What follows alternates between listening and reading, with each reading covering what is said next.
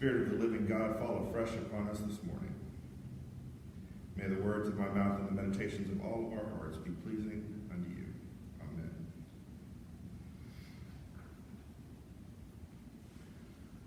There was an old television show, Kids Say the Darndest Things. It always made me laugh because kids do say some crazy things. And I saw on Facebook this week, and I don't know if the story is true. I hope it is because it's great, but you never know. You know that old Abraham Lincoln quote, don't believe everything you read on the internet. But it was a teacher who had a lot of famous folk sayings, and she gave the first half to her students and had them finish the folk sayings. And so I'm going to read some of them to you. Strike while the bug is close. It's always darkest before daylight savings time. You can lead a horse to water, but why? Don't bite the hand that looks dirty. This one's my favorite. A miss is as good as a mister. You can't teach an old dog new math. If you lie down with dogs, you'll stink in the morning. A penny saved is not much. Two's company, three's the Musketeers. Don't put off till tomorrow what you put on to go to bed. Laugh and the whole world laughs with you. Cry and you have to blow your nose. Children should be seen and not spanked or grounded. And finally, a bird in the hand is going to poop on you.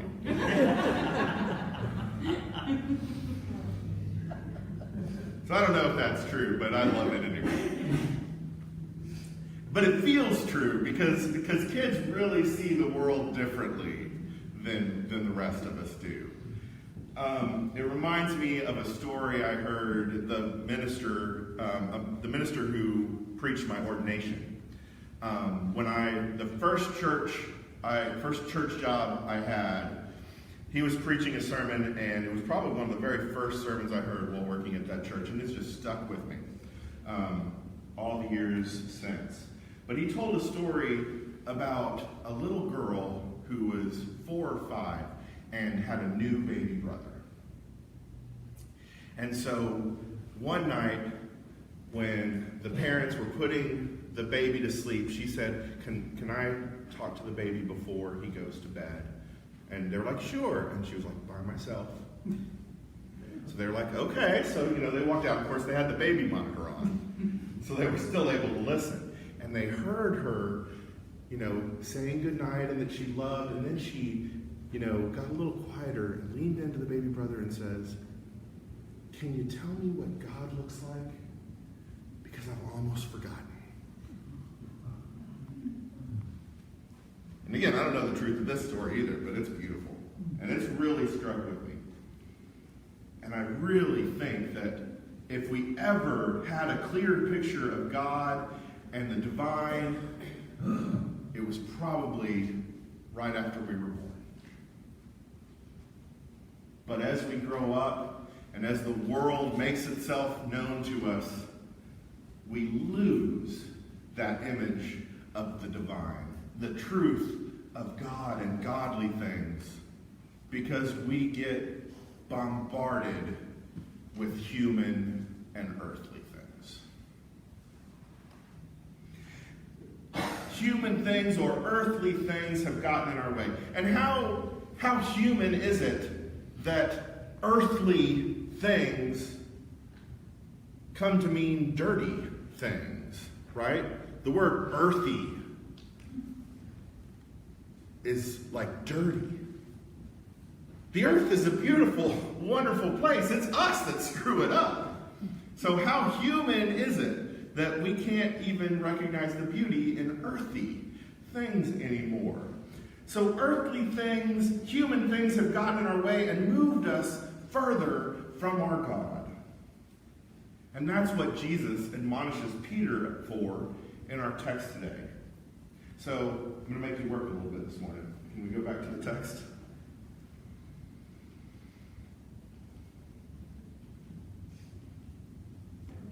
Yep.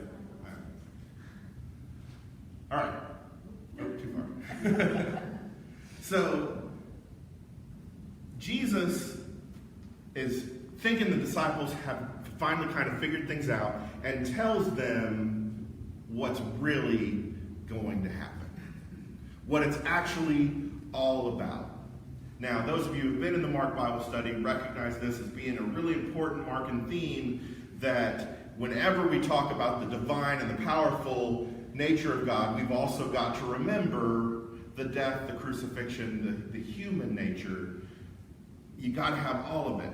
And so you can't know Jesus unless you know that. And so prior to the crucifixion, prior to the Easter story, every time that somebody starts to see something special about Jesus, he tells them to be quiet about it. Happens over and over and over again in Mark, and that's because they can't know who Jesus is because they haven't gotten to the crucifixion yet. But the disciples have been with Jesus, so Jesus thinks, okay, maybe they've got it. So I'm going to fill you in on the rest of the story. And Peter took him aside and began to rebuke him.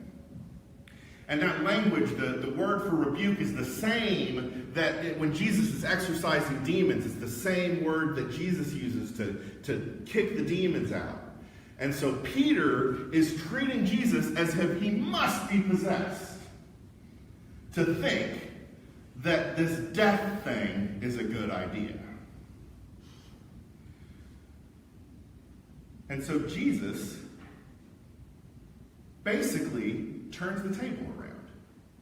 By referring to Peter as Satan, the one possessed is actually Peter. If anybody is wrongly possessed by information or otherwise, it's Peter, not Jesus. Now, it's also important for us to remember that Satan is not the dude in the red satin pajamas with the tail and the forked tail and the horns and the cool pitchfork.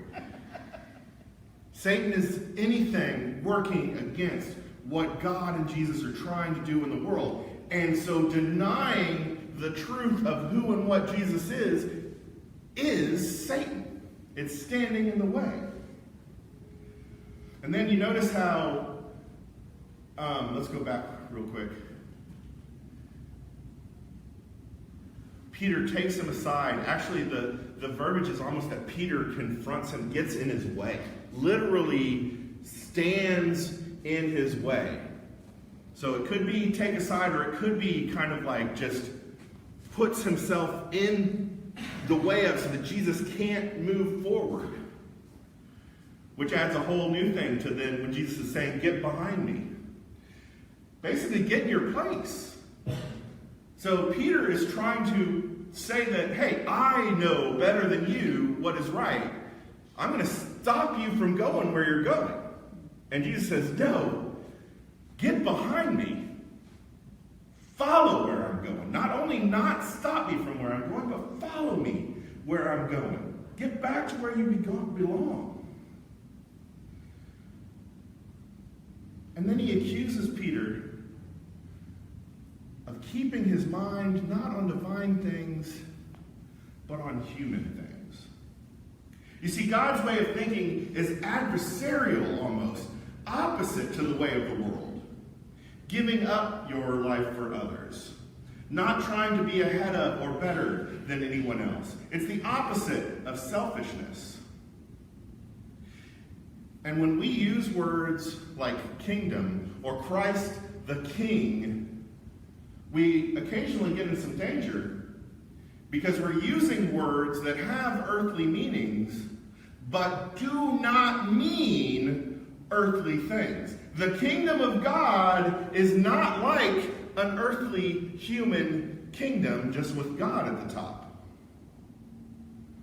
It's not the Roman Empire. It's not the America that we know today, just with God at the top. It's completely subverted to the way that our kingdoms work. Those words, the words that we think of when we think of kingdoms or nations, are exactly the opposite of who and what God is and what God does in the world. Nations that work to secure their place and to secure their power, that isn't what God does. God works to lift up all of those whose power and place are not secured.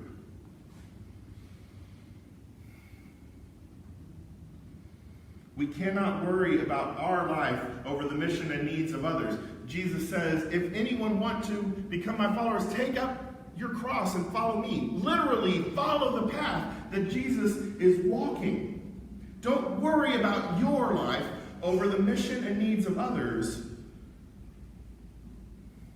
because the reward in return will be great in your true life, your eschatological life, your life at the end of this reality. And then finally, the last thing I want to point out is he calls this, I think it's one more. Yeah, an adulterous and sinful generation. That's a weird word there, adulterous. It doesn't seem to fit. But when we recognize that the adultery that Jesus is talking about is not a sexual infidelity adultery, it's a God and us adultery. So the closer word might be idolatry to get at the meaning, but our adultery to God is our idolatry. So it's almost a harsher punch at the idolatry of earthly and human things by using the word adultery. Our adherence to earthly things is adulterous to God. Our idolatry literally puts us on the same side as Satan, that which is adversarial to God. All right, so we're going to try something. We'll see how it works. But I want some audience participation. I went back and forth on whether I was going to do this or not, but we're going to try it. So I'm going to name some earthly human things that we have adherence to. And then I'll pause and you all respond, get behind me, Satan. All right? And all of you watching online, I want you to do this too. Unless like you got your headphones in and you're in a public place. Then maybe not. But everyone else, all right? When we respond to others in anger or violence, get behind me, Satan. When we judge others on their race or their gender or their sexuality, get behind me, Satan. When we strive to gain prestige and power at the expense of anyone else, get behind me, Satan. When we put our political identities over the lives of people affected by our votes, get behind me, Satan. When we look for profit for ourselves and don't worry about the effect that it will have on others, get behind me, Satan. When we want to protect our guns more than our children, get behind me, Satan. Please pray with me. Loving God, help us to break free of the idolatrous chains that we have fashioned for ourselves. Help us to move beyond the earthly, human things that have blinded us to the way that you would have us live. Help us see the divine. Help us react to the divine. Help us further the divine in the world. Allow us to see the world the way that you do, with the eyes of a child, because we've almost forgotten your divine things. Please, God, remind us.